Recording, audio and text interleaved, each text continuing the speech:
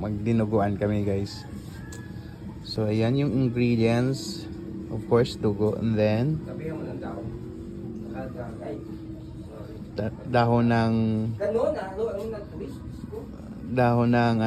sampalok. Of course, yung karne. Tapos falcon. May nagsasalita dito ba? Siya yung gumagawa ng sarili niyang vlog. Tapos abangan nyo mamaya guys yung finished product. Okay, papakita ko sa inyo. Ha? O kung yung mga nagtataka bakit may dahon ng sampalok. Ano yan guys? Sabi nga nila, cooking is an art. So, pwede mo rin ito lagyan ng downy. Popcorn para mabango yung dinuguan. Char! Joke lang. So, mamaya ipakita ko sa inyo mamaya. Ha? Lutuin na natin. Tara, let's go.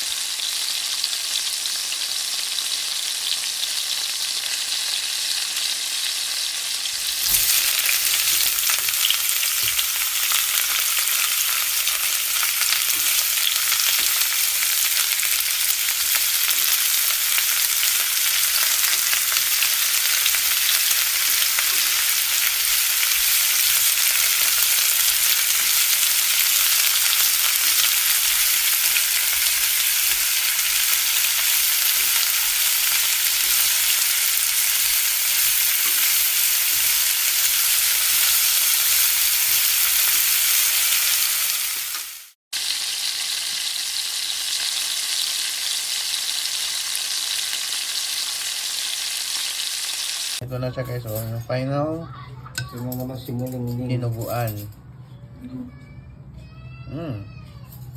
Tikman natin. Sarap. Tinomis pala ang tawag nito guys. Parang dinuguan. Ito ko eh. Oh!